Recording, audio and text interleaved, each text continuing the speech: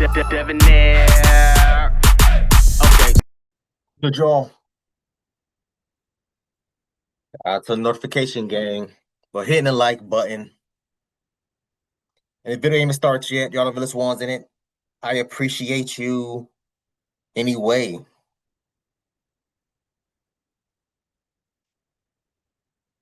Shout out to y'all, man. Y'all the goals. If you haven't already, please make sure you add me on all social media platforms, Facebook, Instagram, TikTok. All the information is in the description. All the links are on the about page. Y'all go ahead, y'all click away. I had somebody send this to me on I think it was Instagram. They saw one of my other videos about I'm trying to remember.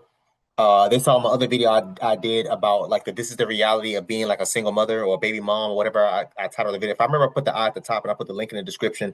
But again, I'm trying to remember what she said verbatim, but she saw that video of the this is the reality of becoming a single mother or being a single mother, whatever the case may be. And she was like, oh, hey, I saw this video of another lady having a breakdown basically because she has a autistic child or children. I don't know if it's multiple or just one. So let's get into it, y'all. Because again, like I said, I haven't seen this video yet, so I don't even know what to expect. But let's get into it, y'all. So I have a 7-year-old, and she's autistic. I don't got no village, but you be like, oh, I wouldn't change it for nothing in the world. Is lie. I would change it. Mother, judge, but no help. Worry about what the I'm doing and not worried about my mental. Pray it away. Where do I go? I can't pray no autism away. How about you pray for me? How about that? I know it's a lot of moms on here that'll get me. Because my family don't. Autism sucks.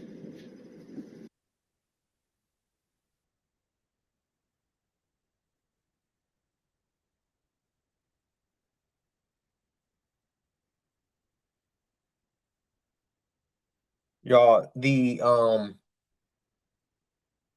sad part is I have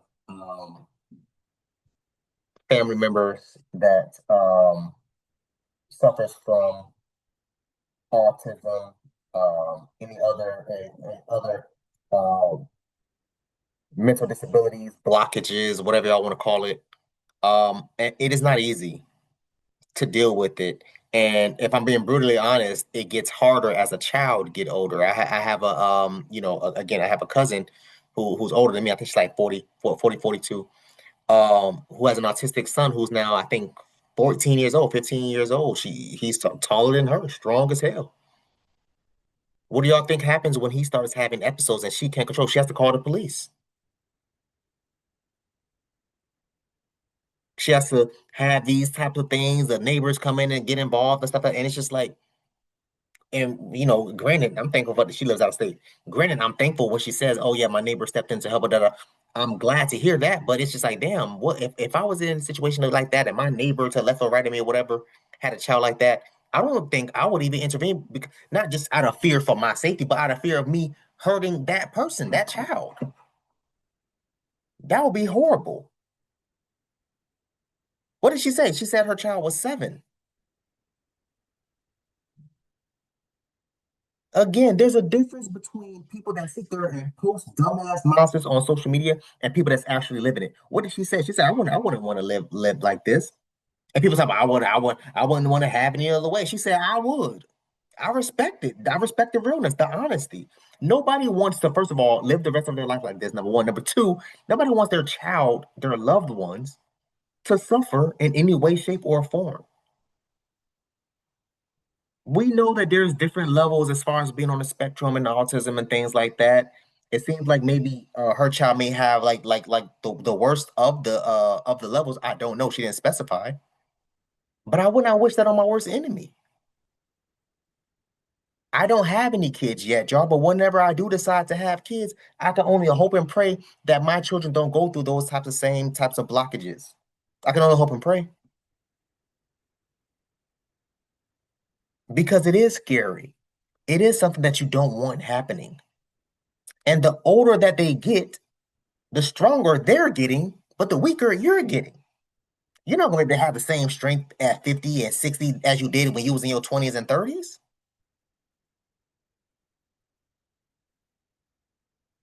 It's a difference when you're talking about it on social media. They want to sit up there, oh yeah, look at my child, my this and my that. No, I've been in them houses.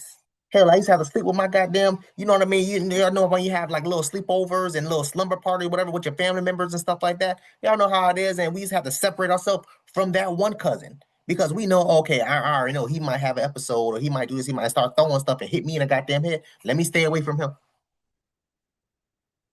And that's only for the weekend we spend the night at our cousin's house, our aunt's house, or whatever the case may be. Imagine what she's going through for the last year, 5 years. What did she say? Her son was 7 years, 18 years. It's not like, at 18, okay, cool, go to college and get out of my house. No, 9 times out of 10, you are still a parent, still a mothering that 18-year-old, especially again, depending on what level or where that child is on the spectrum. Let's keep going, y'all. Let's hear the second lady. I don't know. It doesn't look like the same lady. So let's hear the second ladies. What you got to say? And for all y'all, autism warrior and my superstar and my superhero, man, whatever. I'm not even trying to hear that right now because this was not supposed to be my story. I am the early intervention specialist. I work with kids that do this. It wasn't supposed to be my kids. I don't want to hear that God doesn't make mistakes. I don't want to hear, well, at least she doesn't have this. At least you don't know. If you don't sit over here, you don't know. Not knowing if your child's going to get hurt when you're not around and she can't tell you if somebody did something to her. Not knowing if she's ever going to talk. I have a friend that I went to high school with. Our daughters were born on the exact same days. And I'll look at her story sometimes and, man, I get jealous.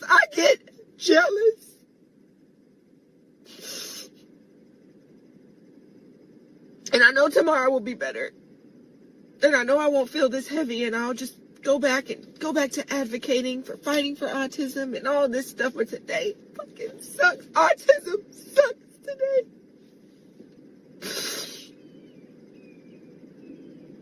I just thought the numbers would be different. We just left the developmental pediatrician. I just thought it would be.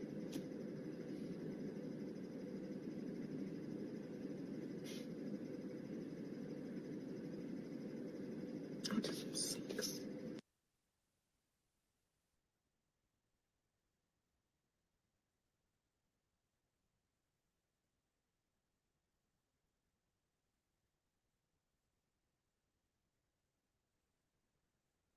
These videos are always hard.